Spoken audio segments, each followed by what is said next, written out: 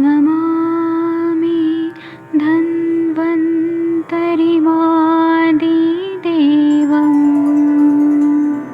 सुरासुरैर्वन्दितपादपद्मम् लोके जरामृत्युनाशम्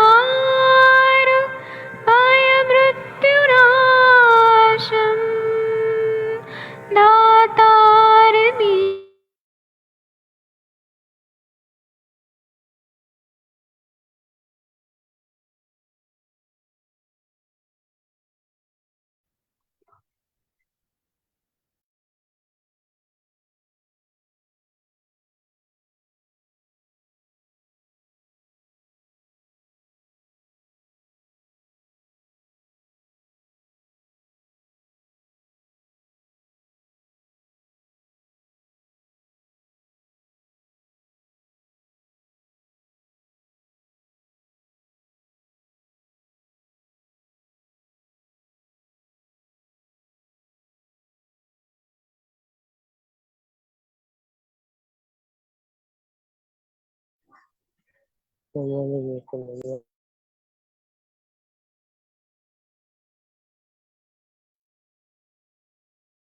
sir doctor Mahendra sir, कृपया मुझे होस्ट बनाइए।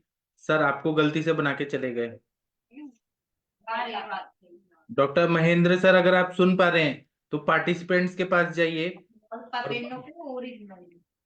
हरिहर सर म्यूट रखिए, गलती से मैं होस्ट नहीं हूँ। प्लीज मुझे होस्ट बनाइए। हाँ सर, कैसे बनाते हैं मुझे नहीं पता सर, बता मुझे। नहीं सर, आ जी गए, आप सर आ होस्ट। गए। हरिहर सर म्यूट रखिए प्लीज। हाँ सर। हाँ, डॉक्टर नवीन जोशी सर, कृपया मुझे होस्ट बना दीजिए सर।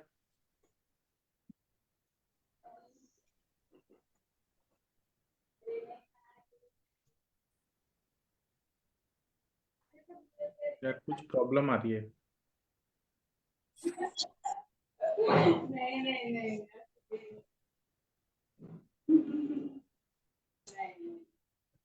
डॉक्टर नवीन जोशी सर, अगर आप सुन पा रहे हैं कृपया मुझे होस्ट बना दीजिए। मैं कह रही आप पेन किलर में से क्या दे रहे थे पापा? हाँ, प्रणाम सभी लोगों को। मैं वैद्य अरविंद पाठक आप सभी लोग का स्वागत करता जी हूँ। आप होस्ट हैं। हाँ सर, थैंक यू सर। मैं सभी लोगों को प्रणाम करता हूँ। आप सबके सब बहुत पुण्य आत्मा हैं जो आयुर्वेद का प्रैक्टिस करते हैं, और हमारे गुरुजी बताते हैं कि आयुर्वेद खुद चुनता है जिसको भी आयुर्वेदिक चिकित्सक बनाना है। आयुर्वेद खुद चुनता है कि हमें किससे क्या काम कराना है इस संसार में।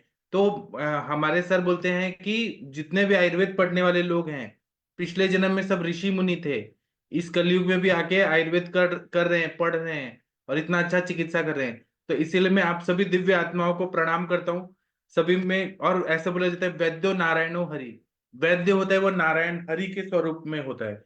तो मैं सभी को प्रणाम करके आज एक अनुक्त व्याधि स्क्लेरोडर्मा, इस पे हम बात करेंगे, क्योंकि ये जो टॉपिक है ये हमारे कॉलेज में पढ़ाया नहीं जाता। और फिर बाद में जब प्रैक्टिस में बैठते हैं, पेशेंट ऐसे आते हैं। एक मिनट रुकिए, कुछ तो गड़बड़ हो रहा है। हाँ, एक मिनट रुकिए, मैं आप लोग को स्क्रीन पे सब दिखाता हूँ। तो हम हमारे पास पेशेंट आते हैं तो हम लोग को ये समझ नहीं आता कि स्क्लेरोडर्मा नाम का व्याधि है।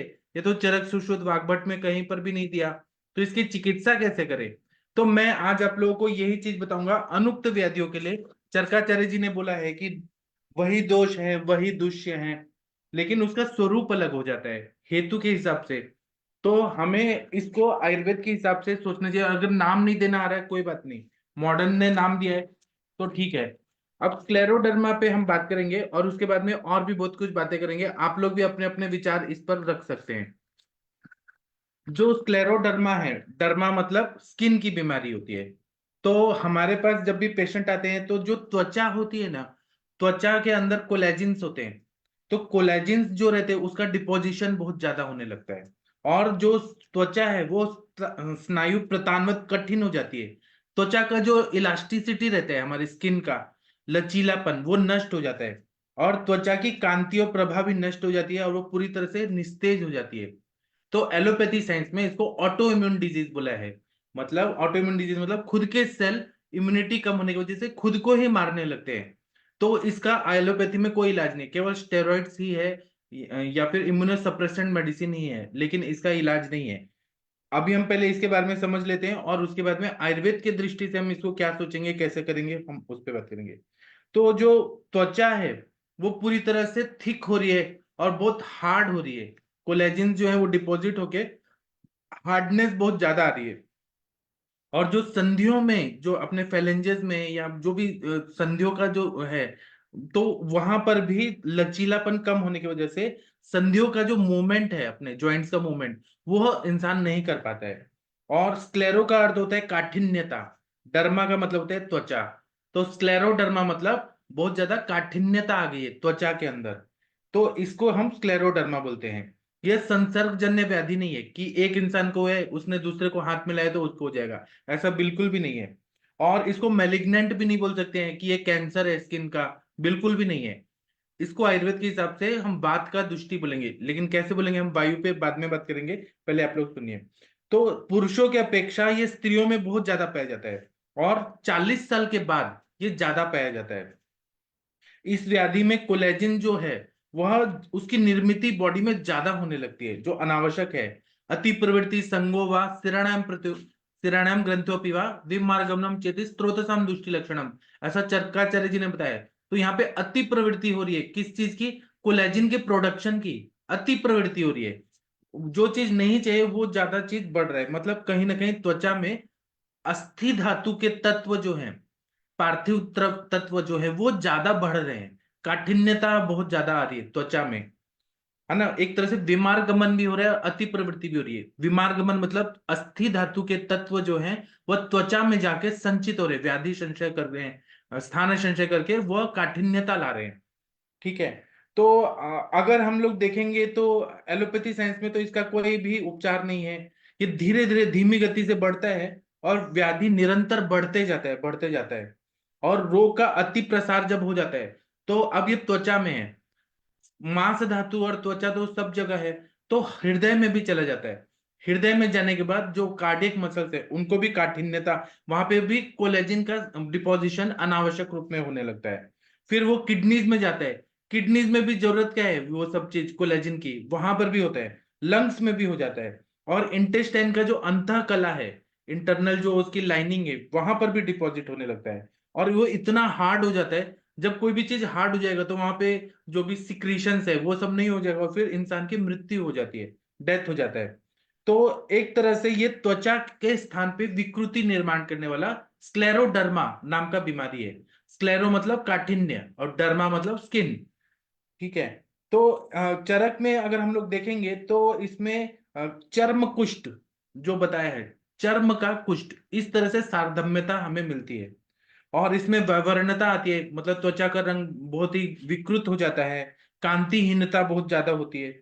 और चरकाचार्य जी ने चर्म कुष्ठ की व्याख्या करते हुए क्या बताया है, चर्माख्यम बहलम हस्ती चर्मवत, मतलब यहाँ पे हाथी का जो चर्म होता है, मतलब जो स्किन होता है ऊपर का, उतना हार्ड ऐसा हो जाता है और वो भी इंसान का हो जाता है। तो हाथी के चर्म के समान जो त्वचा में अति मात्रा में काठिन्यता पाई जाती है, इसलिए इसको चर्म कुष्ठ कहा है। तो वही मैच हो रहा है हमारा, चर्म कुष्ठ और स्क्लेरोडर्मा एक जैसा मैच हो रहा है। और इसको चरकाचार्य जी ने चर्म कुष्ठ जो है वो शूद्र रोग में बताया है, महाकुष्ठ में नहीं बताया, शूद्र कुष्ठ में बताया है।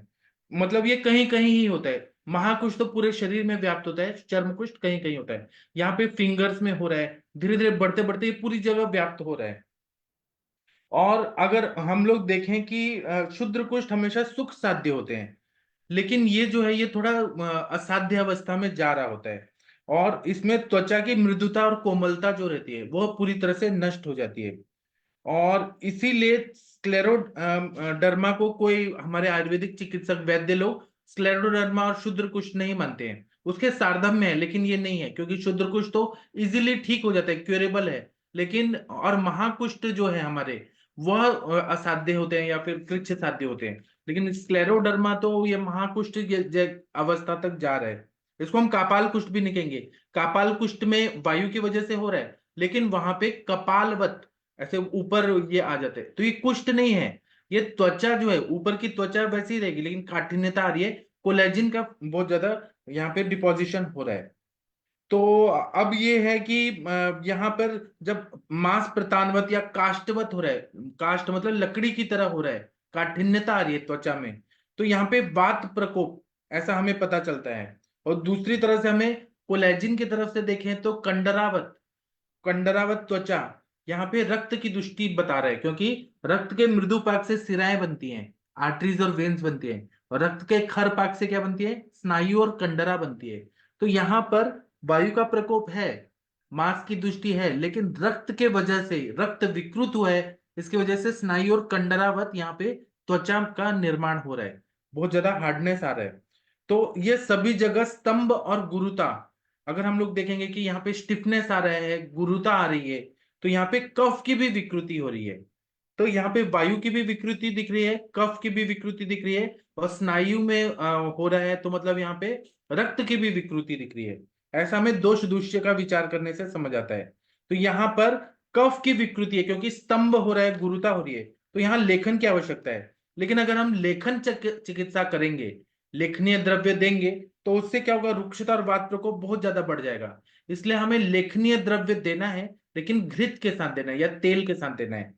तो इस अवस्था में ऐसे तो चिकित्सा बहुत सारा बताया जा सकता है, तो हम उस पर बात करेंगे। लेकिन अगर हम व्याधि प्रतिनिक जो एकदम रिजल्ट ओरिएंटेड दवाइयां हैं, उसमें रस माणिक्य बहुत ही अच्छा काम करता है। और क्योंकि ये माणिक्य की तरह दिखने वाला रक्तवर्णी और स्फटिकवत स्वच्छ कल्प होता है, इसलिए रस माणिक्य जो हड़ताल से बनाया जाता है वो बहुत अच्छा काम करता है।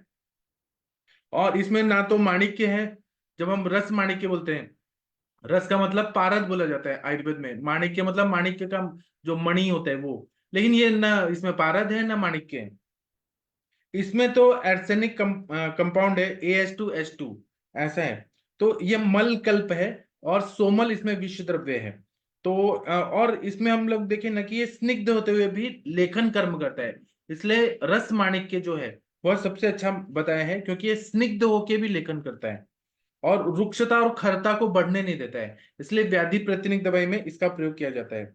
इसी तरह से गुडुचि अगर हम लोग देखें तो वो वात कफग्न बताइए, यहाँ पे वायु का भी प्रकोप हुआ है, रुक्षता बढ़ी है और कफ भी है, इसलिए गुडुचि का प्रयोग करने, और रक्त की दुष्टि भी ठीक करती है। गुडुचि इतना है, गुडुचि कटुका तिक्ता स्वादुपाका रसायनी संग्रहणी कषाय उष्णा लघ्वी बल्याग्नि दीपनी दोषत्राम त्रिवृधा मेह काशंच पांडुताम कामला कुष्ठ वातास्त्र ज्वर कृमि में नरेत।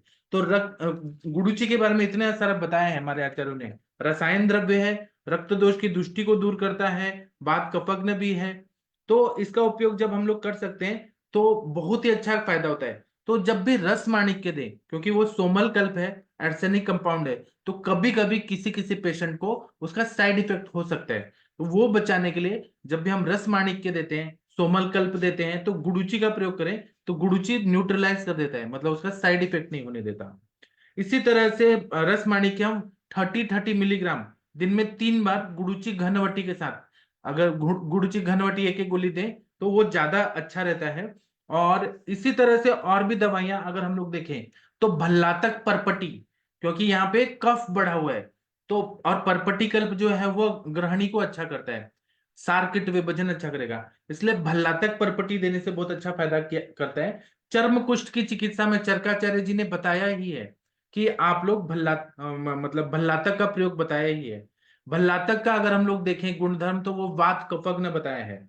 जो भी अनेक तरह के जो कष्ट साध्य कुष्ठ होते हैं, मतलब तो उसमें भल्लातक का प्रयोग करने के लिए, जो बहुत मुश्किल से ठीक होने वाले, उसमें भल्लातक के कल्प देने से बहुत अच्छा फायदा होता है। लेकिन भल्लातक खुद भी कटु कटु उष्ण है, कटु रस कटु वीर और उष्ण वीर, कटु कटु उष्ण, कटु रस कटु विपाक और उष्ण वीर्यात्मक होता है। तो इसीलिए कभी कभी किसी को मुख पाक होता है, गुद पाक होता है, अल्सरेशन हो सकता है, तो ऐसा ना हो, इसलिए भल्लातक परपटी अगर हमें देना है तो उसका दुष्प्रभाव को रोकने के लिए हम लोग कामदुधा या शंख भस्म का प्रयोग करते हैं, तो वो फायदा हो जाता है।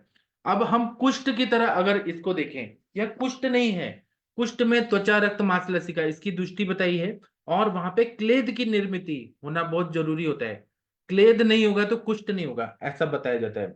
लेकिन यहाँ पे अगर हम लोग देखें कि धात्वग्नि मंद है, और धात्वग्नि मंद होने की वजह से अगर क्लेद की निर्मित अच्छे से नहीं हो पा रही है, और ऐसे जो द्रव्य हैं जो ओज बढ़ाते हैं और कुष्ठग्न भी हैं, तो यहाँ पे वंग भस्म का प्रयोग अगर हम लोग करें, जो ओजोवर्धक भी है और क्लेद नहीं बनने के बाद भी ऐसा कुष्ठ बना रहा है जो धात्वग्नि मंद से उत्पन्न हो रहा है, डायरेक्ट कुष्ठ नहीं है ये, धात्वग्नि मंद होने की वजह से शुद्र कुष्ठ ऐसा हो रहा है, तो ऐसे में त्रिवंग वंग भस्म करना बहुत अच्छा होता है।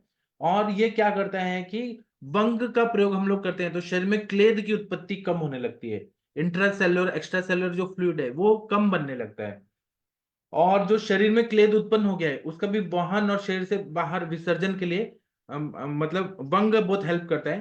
साथ में हम लोग मूत्रल दवाइयां यूज कर सकते हैं, तो मूत्रल दवाइयों में पलाश का पुष्प जो है वो कुष्ठग्न भी है, कृमिग्न भी है और मूत्रल भी है, इसलिए हम लोग वंग भस्म और पलाश पुष्प का प्रयोग करें तो स्क्लेरोडर्मा में बहुत अच्छा फायदा हो जाता है। तो हम लोग क्या क्या दवाइयां दे सकते हैं मैंने जो बताया उसके हिसाब से, एक तो रस माणिक्य दें 30-30 मिलीग्राम दिन में 3 बार, भल्लातक परपटी दें 250 मिलीग्राम सुबह शाम, वंग भस्म दें 250 मिलीग्राम, मतलब दो दो रत्ती के मात्रा में दे सकते हैं। फिर पलाश पुष्प 250 मिलीग्राम, और ये रस माणिक्य का साइड इफेक्ट को कम करने के लिए गुडुचि घनवटी दे सकते हैं, संशमनी वटी दे सकते हैं, गुडुचि सत्व दे सकते हैं। भल्लातक परपटी को हम लोग अनुपान में हम क्या दे सकते हैं, कामदूधा दे सकते हैं, या ये गुलकंद दे सकते हैं, आंवले का मुरब्बा दे सकते हैं। इसी तरह से हम लोग यहाँ पे पलाश पुष्प के साथ में हम लोग और क्या दे सकते हैं, बंग भस्म वगैरह दे सकते हैं। तो ऐसा करने से स्क्लेरोडर्मा ठीक हो जाता है। लेकिन यहाँ पे अगर हम लोग कंटिन्यू दे रहे हैं तो वो ठीक तो हो जाएगा, लेकिन यहाँ पे हमें स्नेहन करना भी बहुत जरूरी है। अगर स्नेहन नहीं होगा तो ये कोलेजिन से जो हार्डनेस आ गई है वो कैसे ठीक होगा, इसलिए हम लोग इसमें कभी कभी पंचकर्म करते हैं, वमन विरेचन करने के साथ में महातिक्त घृत, गुग्गुल तिक्त घृत, ये कंटिन्यू चलाना पड़ता है, बहुत दिन तक चलाते हैं तो ये त्वचा जो है वह ठीक हो जाती है। और बस्ती भी देना पड़ता है, कंटिन्यू मात्रा बस्ती देना है, कुष्ठग्न गण का या जो भी आप तेल का देना चाहते हैं, जैसे कि हम लोग ये दे सकते हैं महामंजिष्टादि तेल, कुष्ठग्न तेल, कंडुग्न तेल, या फिर हम लोग शीरबला का तेल भी अगर देना, तो मेरे को तो ऐसा फायदा हुआ है कि बहुत अच्छा स्नेहन होने से फायदा होता है। लेकिन ऐसा सोचिए कि 100 एकड़ जमीन है वो सूख गया है, और वो कहाँ सूखा है, त्वचा के पास, पूरा ऐसे त्वचा सूख गई है, और सूखने की वजह से कोलेजिन का निर्मित हो रहा है, अस्थि जो है वो विकृत रूप से वहां पे बीमारगमित हो गया है। अब 100 एकड़ जमीन को हमें पूरा स्नेहित करना है, संचित करना है, मतलब वहां पे गीला करना है, तभी तो वहां पे सब सॉफ्टनेस आएगा। तो इसके लिए कभी कभी यहाँ पे 400 बस्तियां, 800 बस्तियां मात्रा बस्ती देना पड़ता है, नॉर्मल बस्ती नहीं, मात्रा बस्ती कंटिन्यू देना पड़ता है। पेशेंट को 1 साल मात्रा बस्ती देते हैं घृत पान, और वो भी दीपन पाचन करके, अग्नि मंद नहीं होना चाहिए। जब हम ऐसा करते हैं तो स्क्लेरोडर्मा जैसा ऑटोइम्यून डिजीज पूरी तरह से ये क्यूरेबल हो जाता है, ठीक हो जाता है। और विश्वास करिए आयुर्वेद से जो इलाज होता है वह स्टेरॉइड या एलोपैथी के ड्रग से नहीं होता है, और ऑटोइम्यून ऑटोइम्यून जो वो लोग बोलते हैं उनके साइंस के हिसाब से वो लोग श्रेष्ठ चिकित्सक हैं, लेकिन आयुर्वेद जो चिकित्सा करता है वो बहुत अच्छा काम करता है। और अवस्था के हिसाब से आप लोग भी बताइए, हम लोग आरोग्य वर्धनी बटी देते हैं लेकिन उससे रुक्षता बढ़ती है ज्यादा देने से। उसमें बोला है एक मंडलम सेविता, 42 डेज के बाद ज्यादा नहीं देना चाहिए आरोग्य वर्धनी बटी। तो हम लोग उसको अनुपान बदल के या फिर हम ब्रेक डल डल के हम लोग देते हैं, अनुपान में हम दूध का या महातिक्त घृत का हम देते हैं 42 डेज, फिर ब्रेक करते हैं आरोग्य वर्धनी बटी, क्योंकि वो सारकिट विभाजन को अच्छा करती है और ग्रहणी कला को भी अच्छा करती है, दीपन पाचन करती है। जब हम ऐसा करते जाते हैं तो ये पेशेंट को टाइम लगता है, लेकिन ये क्यूरेबल है, कृच्य साध्य है, टाइम लगाने वाला है, लेकिन ये क्यूरेबल है। अब मैं डॉक्टर आदित्य सर को बुलाना चाहूंगा। Doctor Aditya sir MBBS MD doctor हैं। सर आप अपना अनुभव बताइए, अपना ज्ञान बताइए कि स्क्लेरोडर्मा सर को आप समझते हैं sir. Sir scleroderma basically auto immune disorder है, और इसमें हम लोग फाइब्रोब्लास्टिक प्रोलिफरेशन देखते हैं। ऑटो एंटीबॉडीज जो वाइट ब्लड जो भी एंटीबॉडीज रहती है वो वाइट ब्लड सेल को रिक्रूट करती है। एक पूरा एंटीबॉडी पैनल है उसका, इम्यूनोलॉजी डिपार्टमेंट जो इसका टेस्टिंग करता है, उससे वाइट ब्लड सेल रिक्रूट होते हैं और वो फाइब्रोब्लास्ट को एक्टिवेट कर देते हैं ऐसे हॉर्मोन्स निकाल के, विकृत हार्मोन्स निकाल के फाइब्रोब्लास्ट को एक्टिवेट कर देते हैं, जो वहाँ पे कोलेजन डिपोजिशन चालू कर देता है, और उसके कारण हार्डनेस मिलती है शरीर में इन जनरल। चाहे वो चालू होए स्क्लेरोडर्मा जैसे नाम है, तो सबसे कॉमन प्रेजेंटेशन उसका रहता है कि स्किन के एरियाज में स्क्लेरोसिस यानी हार्डनेस दिखती है। और फिर ये जो हार्डनेस है स्किन में जो दिखती है, फिर पाया गया है कि जब प्रोग्रेस करते हैं, शुरू में तो ये हार्डनेस होती थी, पेशेंट अननोटिस जाते थे पुराने जमाने में। अब जैसे जैसे मेडिकल साइंस प्रोग्रेस करे तो देखा गया फिर वो ईसोफेगस को भी इन्वॉल्व कर लेती है, वहां पे जो फूड पाइप है वो भी हार्ड हो जाता है। और उसके अलावा ये हृदय में जाके कार्डियक प्रॉब्लम्स भी कर सकती है जो स्क्लेरोडर्मा में रहते हैं। तो हम इसमें इम्यूनोलॉजिकल इम्यून मॉड्यूलेटर्स देते हैं, जैसे स्टेरॉइड्स देते हैं, और फिर जो इम्यून मॉड्यूलेटर जैसे साइक्लोफॉस्फेमाइड, जो दूसरे ड्रग्स होते हैं जो इम्यूनिटी को सप्रेस करते हैं, जिससे ये जो फाइब्रोब्लास्टिक प्रोलिफरेशन हो रहा है, जो व्हाइट ब्लड सेल्स की विकृत अग्नि है, ये स्लो डाउन हो सके। जी सर। और पेन मैनेजमेंट के लिए हम पेन की मेडिसिन देते हैं, और फिर सिम्टोमेटिक ट्रीट करते हैं, जिस तरीके से जो भी व्याधि हो उसको उसके हिसाब से, मतलब इसके जो जो दूसरे लक्षण आते हैं इसमें, उसको हम सिम्टोमेटिकली ट्रीट करते हैं। जी सर। मेन दवाई हमारी इम्यून मॉड्यूलेटर्स रहती जी। है। अब तो आजकल सर, एंटीबॉडीज भी हाँ हाँ, आप इम्यून सही बता रहे हैं, और इम्यून बताइए सर, और क्या कर सकते हैं? इम्यून मॉड हाँ। तो सर अब इसमें रिसर्च करने के लिए हम लैब बनाते हैं, मॉलिक्यूलर लैब, उसमें सेल्स को ग्रो करते हैं, उसमें उसमें वो कौन कौन से विकृत वो चीजें निकालते हैं व्हाइट ब्लड सेल्स, उसके खिलाफ हम एंटीबॉडी तैयार करने की कोशिश करते हैं उसको न्यूट्रलाइज करने के लिए, जिससे वो अंदर दूषित अंदर वो खराबी ना पैदा करे।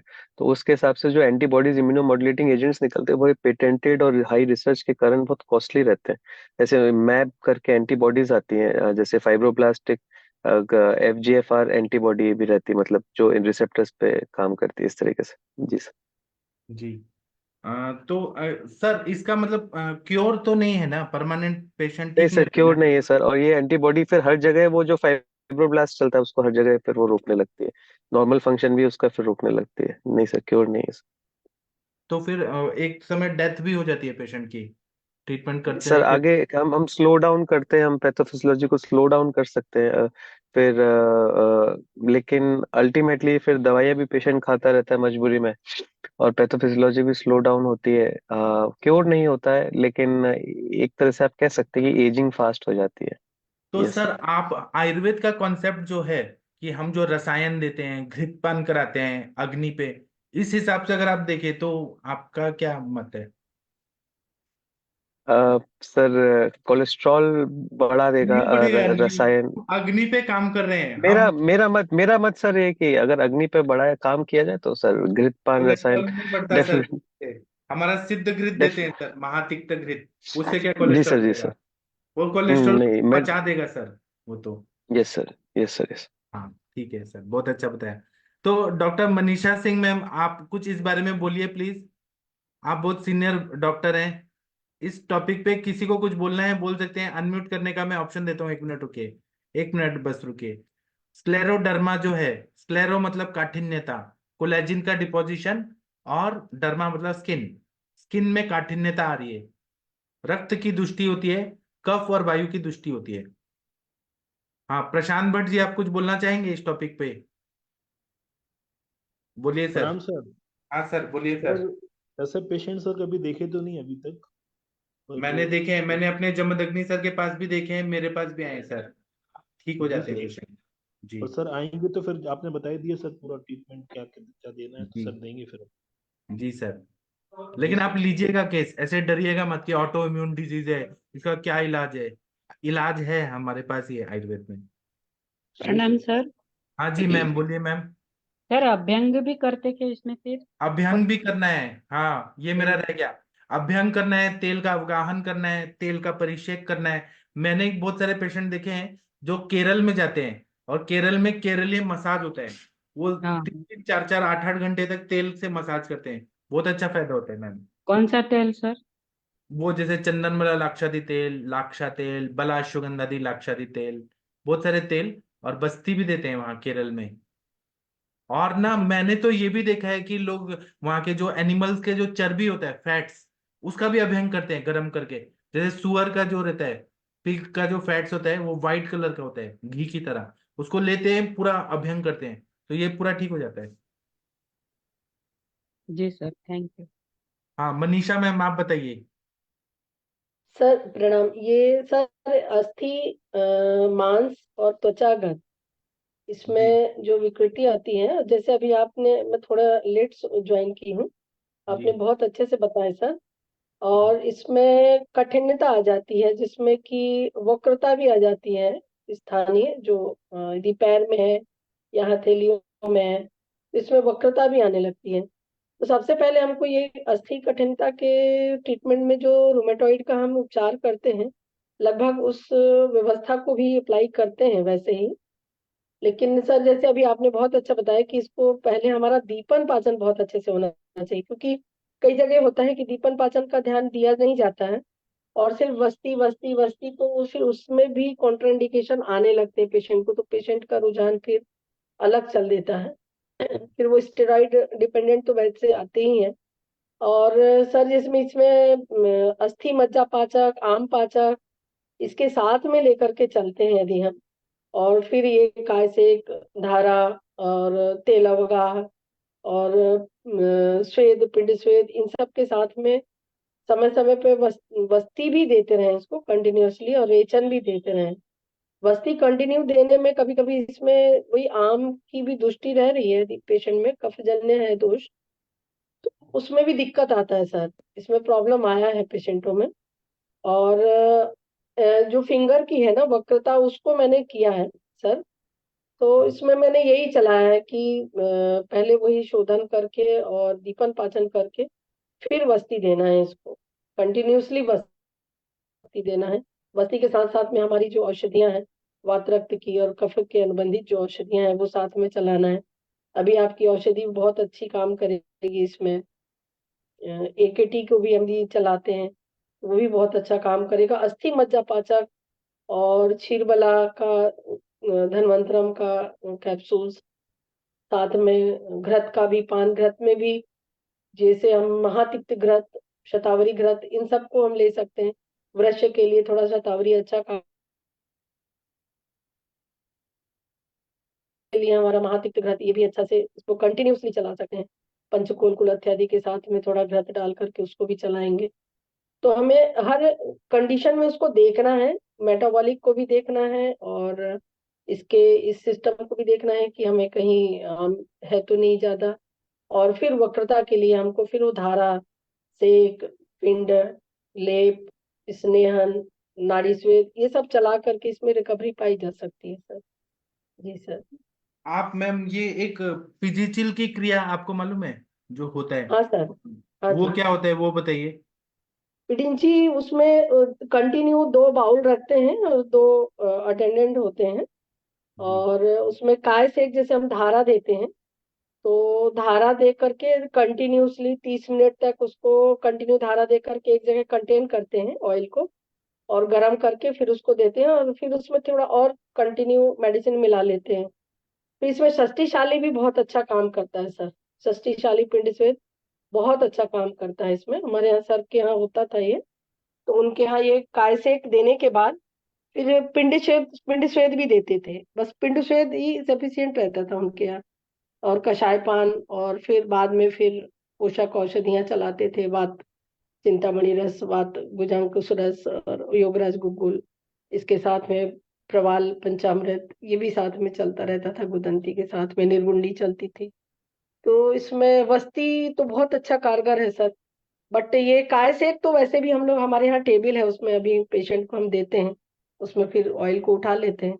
जैसे हम 400 500 ml का 2 बाउल रखे, और 2 तरफ से पीछू में हाथ में लेकर के, और कंटिन्यू जो हमारा जैसे हम उद्वर्तन करते हैं, उसी उसमें लेकर के धार देते जाते हैं, हल्के हाथ से उसको थपकाते हुए, हल्का हल्का हाथ से। और फिर पेशेंट को हटा करके मेडिसिन को पीछू से, और फिर षष्टिशाली पिंड देते हैं, तो उसमें भी स्वेदन भी हो जाता है उनका, अभ्यंग, मसाज, और ऑयल भी अच्छे से अंदर चला जाता है, बहुत अच्छी इसकी रिजल्ट भी है, रिस्पॉन्स भी है। इसमें पोलियो वालों को भी देते हैं तो अच्छा रिजल्ट आता था सर। जी। और क्या है ना, ये भारत में ये सब बीमारियां नहीं थी, ये सब फॉरेन की बीमारियां हैं। लेकिन भारत में आ रही हैं, क्यों आ रही हैं? क्योंकि यहाँ पे डॉक्टर लोग बोल देते हैं घी मत खाओ, तेल मत खाओ, कोलेस्ट्रॉल बढ़ जाएगा। ये नहीं बोलते हैं कि आप क्या खा रहे हैं, वो बोलेंगे कार्बोहाइड्रेट खाओ, प्रोटीन खाओ, दही खाओ, मशरूम खाओ, पनीर खाओ। अग्नि का कोई कॉन्सेप्ट ही नहीं है एलोपैथी में। वो कैसे प्रोटीन डाइजेस्ट होगा उसका कोई कॉन्सेप्ट। प्रोटीन पाउडर खाओ, कॉम्प्लान खाओ, बॉर्नविटा खाओ। सर अग्नि का हर कॉन्सेप्ट। हॉस्पिटल में ना अंडा सप्लाई होता है, पेशेंटों को देखती हाँ, हूँ, हमारे यहाँ बड़े बड़े हॉस्पिटल है यहाँ पर, हाँ, एससीसीएल के। तो अंडा सप्लाई होगा सुबह शाम, चिकन मटन सप्लाई होगा, बट वो घी डाल के कभी नहीं देते वहां पर। हाँ। वो तो तो वो ये ये है सर। कोलेजन नहीं बनेगा क्या फालतू में? नहीं। कोई भी चीज उल्टा पुल्टा खिलाएंगे, स्नेह दे ही नहीं रहे, अग्नि को ठीक नहीं कर रहे। और ज्यादा से अग्नि ज्यादा का सलाइन कॉन्सेप्ट चढ़ाते हमारा रहे। बहुत बहुत ही अच्छा है, अग्नि का, दीपन पाचन का और वस्ती का। और एट्टी स्नेहन का, परसेंट ट्रीटमेंट स्नेह का जो जी। कॉन्सेप्ट है आयुर्वेद का, वो जी कोई पैथी नहीं बताती है जो हमारा नहीं स्नेह। बताता सर। हाँ। और उल्टा वो और डराते सर, हैं कि बच्चों को आप सर तेल मत रियली, लगाइए, काजल मत लगाइए, इन्फेक्शन होगा, कान में तेल मत डालिए, नस से मत हाँ दीजिए। हाँ जी, हाँ जी सर, कान में तेल कभी पेशेंट यदि आया और कहीं गया उसने गलती से, तो बोलते तुमने तेल डाला इसलिए तुम्हारा खराब हो गया है। उनके बाप दादा सब डाल के पलते चले आए, लेकिन वो नहीं डालेगा, वो हाँ। नहीं डालेगा जबकि डॉक्टर। कान जो है वो वायु का स्थान है। आंख बकवास में नहीं काजल करनी। लगाना तो बच्चों का बंद ही हो गया, बंद ही हो गया। कभी जाते हैं वैक्सीनेशन के लिए, अरे इतना काजल लगा दिया तुम लोग, आंख खराब कर दोगे, उंगली से उसका आंख खराब हो जाएगा, बस्ट हो जाएगा, ये हो गया वो।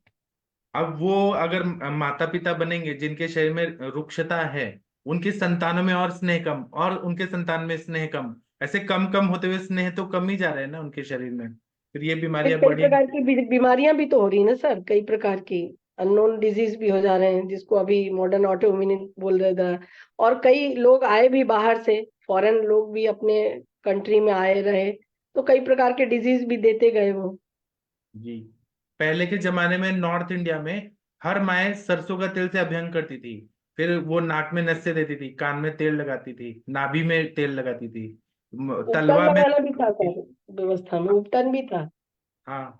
सरसों का तेल का वो तालू भरना ऊपर रखते थे। यहाँ नॉर्थ इंडिया, यहाँ नीचे जाएंगे तो नारियल का तेल का। आजकल पैराशूट तेल भी आ रहे हैं ना, तो उसमें तेल ही नहीं है, स्नेह नहीं है, पानी है वो, डबल रिफाइंड। ऐसा हो रहा है, स्नेह की कमी की वजह से सब प्रॉब्लम हो रही है। और कोलेस्ट्रॉल भी बढ़ता है, तो क्यों बढ़ता है? आप आम इतना ज्यादा बढ़ रहा है। फैट फैट भी जो हम खा रहे हैं वो डबल रिफाइंड है, उसमें तत्व नहीं है, सब विकृत है। तो आयुर्वेद की पद्धति में जब भी हम ये स्क्लेरोडर्मा का चिकित्सा करते हैं, तो ये चिकित्सा हमेशा ध्यान में रखना है कि ये निरंतर दीर्घ काल तक होनी चाहिए। कंटिन्यूस ट्रीटमेंट देना है, रोकना नहीं है। इसमें लाभ धीरे धीरे होता है, लेकिन निश्चित 100% पेशेंट क्योर होता है। त्वचा की काठिन्यता कम होते होते त्वचा कोमल होती जाती है। और जो भेक वर्ण या मंडूक वर्ण त्वचा है, वो प्राकृत बनने लगती है, और उसमें भ्राजक पित्त का कार्य इतना बढ़िया होता है कि कांति पुनः आ जाती है। और एक बात और याद रखना चाहिए कि जो भी एलोपैथी का दवाइयां ले रहे हैं, स्टेरॉयड डिपेंडेंट हैं, तो उनको स्टेरॉयड तुरंत बंद नहीं करना है, नहीं तो विड्रॉल सिम्टम्स होते हैं। इसको धीरे धीरे टेपरिंग डोज में धीरे धीरे कम करना है, नहीं तो बहुत सारे कॉम्प्लिकेशन होते हैं। जो स्टेरॉयड डिपेंडेंट पेशेंट है, इसको ध्यान में रख के चिकित्सा करें, हमारी चिकित्सा सफल होती है ना। इस टॉपिक पे आरती मैम कुछ बोलना चाहती हैं? आपने कुछ कुछ लिखा है आरती मैम। आरती मैम, अनम्यूट करके बोलिए। इन्होंने कुछ कुछ लिखा है, यष्टि मधु तेल बहुत अच्छा है, कुष्ठग्न भी है। और आरती मैम कहाँ गई? डॉक्टर आरती मैम, आरती शर्मा मैम, आप कृपया इस पे कुछ बताइए, स्क्लेरोडर्मा पे। हेलो। हाँ जी, बोलिए मैम, हाँ आपका जी, क्या है? प्रणाम सर। जी। प्रणाम सर। सर बहुत अच्छा आपने बताया सर, थोड़ा सा बस सर इसमें ऐड ऑन करना चाहूंगी सर, ये कम्प्लीटली क्योरेबल है आयुर्वेद में। सर 2 केसेस किए थे मैंने सर, बहुत ही कॉम्प्लेक्स था सर, उनके सारे सिस्टम से इन्वॉल्व थे पेशेंट के। और उनकी सर जो फिंगर्स रेनॉल्ड्स फिनोमिना सर इसमें जो रहता है सर वो भी था, और नोड्यूल्स भी थे सर। और सर उसमें एक सर ऑयल खुद बनाया था सर मैंने, यष्टि मधु, गुड़ूची और मंजिष्ठा। सर ये 3 कंटेंट्स का ऑयल बनाया था सर, इसको पीने के लिए भी, और सर इसका मात्रावस्थी भी, और इसको सर अभ्यंग के लिए भी। और सर इसके बाद ऊपर जैसे जो भी जॉइंट में पेन है सर, उसके ऊपर गुड़ूची पत्र का लेप। सिंपल सर गुड़ुची पत्र। और इसके अलावा सर यष्टि मधु तेल सर जो इसमें शारंगधर संहिता में मेंशन है, जिसमें यष्टि मधु और आमल की रहता है सर, वो भी सर इसमें बहुत इफेक्टिव है। और सर पंचतिक्त क्षीरवस्ती सर, ये लंबे समय तक बार बार देना पड़ता है, पंचतिक्त क्षीरवस्ती सर, उससे भी अच्छा इसका रिजल्ट आता है। बाकी सर चंद्र प्रभावटी पंचतिक्त, मतलब जो तिक्त द्रव्य हैं सर उसको, और साथ में सर रसायन द्रव्य सर, जैसे आपने बताया कि जितने भी रसायन द्रव्य है विद घी, ताकि बॉडी में और ड्राइनेस ना आए और ज्यादा स्टिफनेस ना आए। सो सर इस तरह सर हम इसको मैनेज कर सकते हैं। और थोड़ी थोड़ी देर बाद, जैसे मनीषा मैम ने भी कई ट्रीटमेंट बताए, तो सर थोड़ी थोड़ी देर बाद इसमें ट्रीटमेंट चेंज होता रहता है। तो हम सर स्टार्टिंग में इसमें सर हम सिंपल पत्र पोटली से शुरू करते हैं, उसके बाद सर इसको स्नेहन की ओर लेके जाते हैं पेशेंट को। आम दोष के पचने के बाद सर षष्टिशाली स्वेदन, और उसके बाद सर कायसेक जो अपने पिडिचल जैसे बताया, तो सर उसके साथ वो कंटिन्यूटी में देते हैं सर। और साइड वाइज सर पेशेंट को नस से चलाते रहते हैं, ताकि थोड़ा मेंटली भी वो उसका हीलिंग साइड वाइज चलता रहे सर। क्योंकि सर इसमें पेशेंट थोड़ा मेंटली भी बहुत डिमोरलाइज हो जाता है, सोशली भी बहुत डिमोरलाइज हो जाता है। उसके जो नक्कल्स हैं सर, ये उंगली के सर, ये पूरे इसमें नोड्यूल्स हो जाते हैं, प्रॉपर नोड्यूल्स हो जाते हैं। और जो उसकी स्किन है वो इतनी हार्ड हो जाती है सर, बिल्कुल अलग सा ही वो वैक्स स्टैचू जैसा सर, ऐसा उसको देखने में लगता है। जी सर। तो मतलब ठीक हो जाते हैं ना पेशेंट, आपको ये कहना है ठीक हो हाँ जाते जी हैं? सर, पेशेंट ठीक हो जाता है। और अगर हम ज्यादा नहीं, जैसे किसी में बहुत ज्यादा डिफॉर्मिटी आ गई सर, अगर वो पूरा क्योर नहीं होता, 1-1.5 साल जरूर लगता है, बट अगर वो पूरा क्योर नहीं होता, एटलीस्ट इतना जरूर हो जाता है सर कि उसकी 90% प्रॉब्लम सर उसकी ईज आउट हो जाती है। और उसकी जो लाइफ है, जैसे वो बिल्कुल एक नर्क की जिंदगी जी रहा होता है सर, वो मतलब बैक टू नॉर्मल होनी शुरू हो जाती है सर। वो अपने काम फिर से शुरू कर सकता है, क्योंकि सर इसमें पेशेंट को इतना ज्यादा स्टीरॉयड और इतना ये सब चीजें, और जो ये रहती हैं ड्रग्स, इनको इतना ज्यादा दिया जाता है कि पेशेंट उसके साइड इफेक्ट से उभर नहीं पाता। तो सर इसलिए हमें रसायन चिकित्सा और शोधन चिकित्सा और ये जो घी का प्रयोग है, विद्युत द्रव्य सर, ये पैरेलल सब कुछ करना पड़ता है। और इसमें सर जितने भी हमारे ये, जिसे हम आजकल ये एंटी टॉक्सिन, ये एंटीबायोटिक्स जो आयुर्वेद में हम बोलते हैं कि ये, जैसे हरिद्रा है, गिलोय है, मुस्ता है, आमलकी है सर, ये अस्थि मज्जा पाचक जो है सर, इसको चेंज कर करके हम पेशेंट को घी के साथ दे, तो सर इसमें बहुत अच्छा इफेक्ट आता है सर। स्पेशली जो हरिद्रा है, हल्दी का सर, इसमें बहुत अच्छा इफेक्ट आता है। जी, बहुत अच्छा बताया मैम आपने, थैंक यू। और कोई कुछ बोलना चाहते हैं तो बोल सकते हैं इस पे। और इसमें प्रणाम रक्त सर। धातु, हाँ जी, रक्त धातु पे काम करना है तो हम इसमें रक्त पे काम करने वाले महामंजिष्ठादि क्वाथ वगैरह भी दें, स्नेह युक्त। तो रक्त पाचक दें, रस पाचक दें, तो वो भी बहुत अच्छा। हाँ बोलिए मैम, नलिनी मैम सर बोलिए। ये कोलेजन डिपॉजिशन क्यों होता है सर, ये मतलब क्योंकि विकृति कैसे? क्योंकि यहाँ पे रुक्षता बढ़ गई है ना, स्नेह की कमी हो गई है। तो स्नेह की कमी से। स्नेह की कमी की वजह से रुक्षता बढ़ रही है, तो शरीर कुछ ना कुछ तो बनाएगा। रक्त की भी दृष्टि है, रक्त से इतना हार्ड हो जा रहा है वो शरीर, वो तो चीजें। ये स्नेह की चिकित्सा करने से फिर डिपॉजिशन भी बंद हो जाएगा है? हाँ, और मुझे एक और कॉन्सेप्ट लग रहा है कि हमारा जो कटु अवस्था पाक होता है, वहां पे वायु की निर्मित होती है।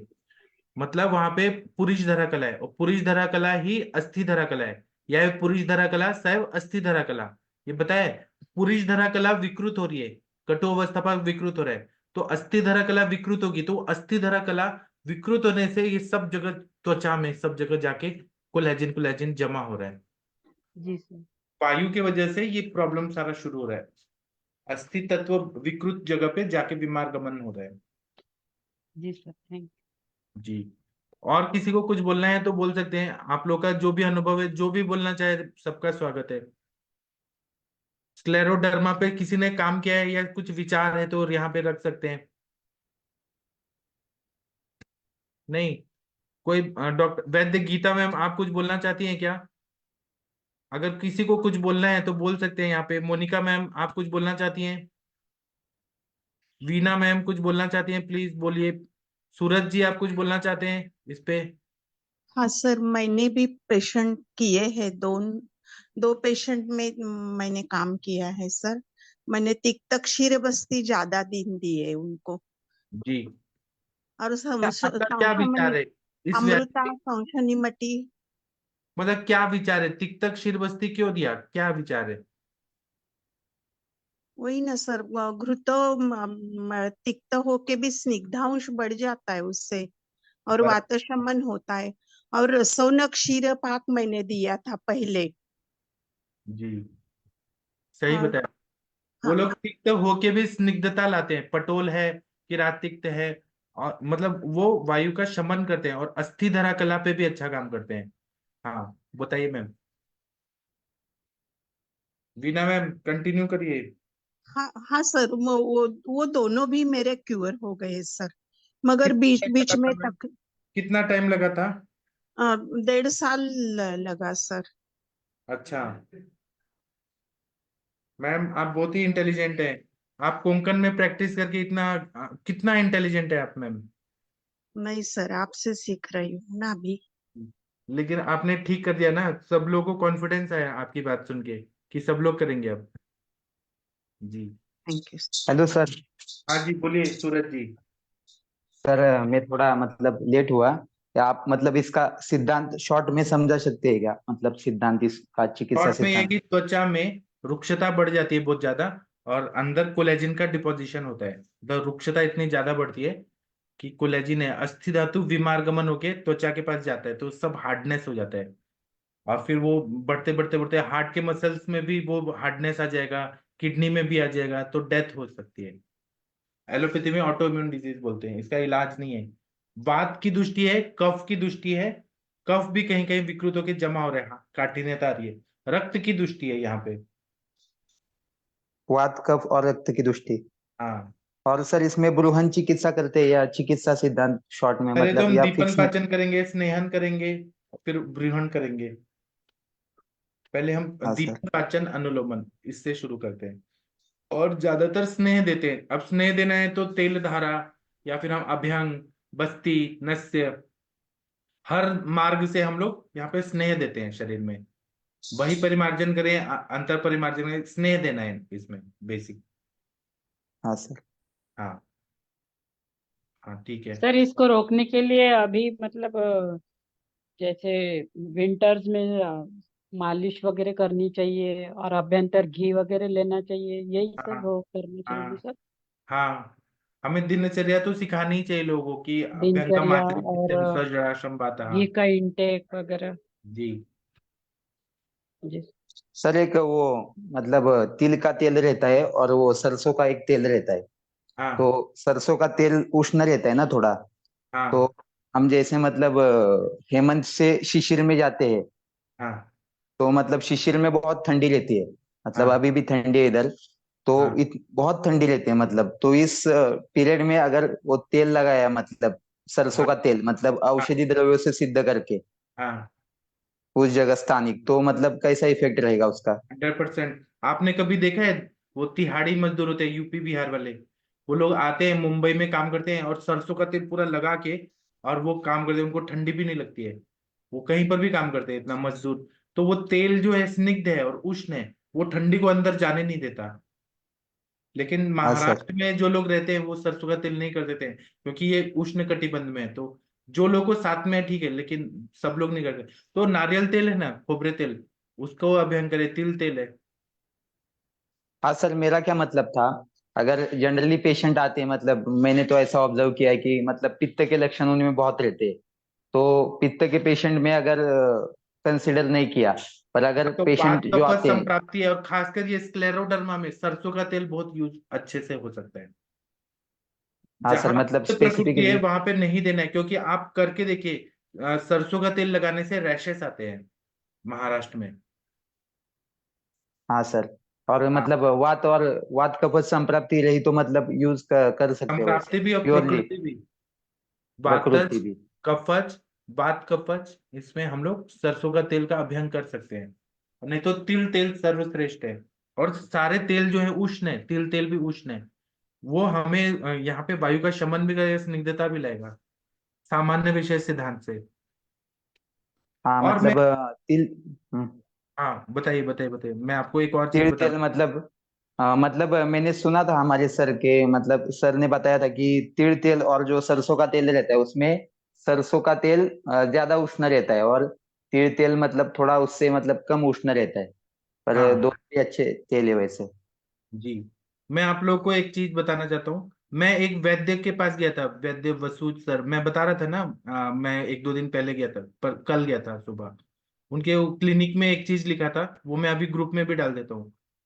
जो चीज मैंने, मुझे जहां पर भी अच्छी चीजें मिलती है मैं उसको ले लेता हूँ। उन्होंने बताया कि हम जो दिया लगाते हैं, अगर हम घी का दिया लगाते हैं हमेशा अपने क्लिनिक में या घर में, तो घी का, शुद्ध गाय का घी का दिया जो है, उससे वेल्थ आता है और इनकम अच्छी आती है। अगर हम कैस्टर ऑयल का लगाते हैं तो उससे कुछ तो पूरे वातावरण में पॉजिटिविटी आती है। अगर हम कोकोनट ऑयल का लगाते हैं, नारियल का तेल का दिया लगाते हैं, तो प्रसिद्धि मिलती है, फेम मिलता है। अगर मस्टर्ड ऑयल का लगाते हैं, जैसे कि हम लोग श्राद्ध के बाद वो जो 12 दिन करते हैं ना, 13 दिन, हम लोग किसी के डेथ के बाद करते हैं, उससे स्पिरिचुअल प्रोग्रेस होता है, आध्यात्मिक उन्नति होती है। अगर तिल तेल घर में दिया लगाएं तो उससे पॉजिटिविटी आती है, ऐसा बताए वहां लिखा है, और ये सच बात है। तो आप घी का लगाना चाहते हैं, मतलब इनकम चाहते हैं, तो घी का लगाइए। अगर आप प्रसिद्धि चाहते हैं तो कोकोनट ऑयल का लगाइए। अगर स्पिरिचुअल प्रोग्रेस चाहिए तो मस्टर्ड ऑयल लगाइए। हर तेल का जो दिया लगता है ना, उससे अलग अलग प्रभाव होता है, और ये मैंने यूज किया है, मेरे सर ने भी हमें बताया है। आप लोग दिया लगा के देखिए क्या फायदा होता है। जो लोग माता का जगराता करते हैं ना, देवी माता का, वो लोग सरसों का तेल का दिया लगाते हैं। तो हाँ, और क्या है, एक जिंजली ऑयल है, ये सिसमी ऑयल ही रहता है, जिंजली ऑयल, उसका भी कुछ लिखा था, मैं बताऊंगा। वो डबल कॉम्प्रेस जिंजली ऑयल, मतलब तिल का तेल का ही टाइप है, उससे गुड हेल्थ मिलता है। अब तिल का तेल भी 2 तरह का आता है आजकल मार्केट में, एक दिया लगाने के लिए आता है, एक खाने के लिए आता है। तो जो दिया लगाने वाला होता है ना, वो थोड़ा लो क्वालिटी का होता है, वो अगर लगाएं तो गुड हेल्थ ऐसा मिलता है। ठीक है, आप लोग बाकी कुछ बोलना चाहते हैं क्या? किसी को कुछ बोलने का मन कर रहा है तो बोल सकते हैं। आप सबके सब बहुत दिव्य आत्माएं हैं, तो कुछ बोलना चाहते हैं? वर्षा मैम कुछ बोलना चाहती हैं आप? सुरेंद्र शर्मा जी? अगर नहीं बोलना चाहते हैं तो मैं सेशन बंद करता हूँ। अब 8:15 पे हमारा यहाँ पे क्लिनिकल संभाषा होगी, तब मिलते हैं। थैंक यू, प्रणाम सभी लोगों को, thank you. Thank you sir, प्रणाम। प्रणाम सर।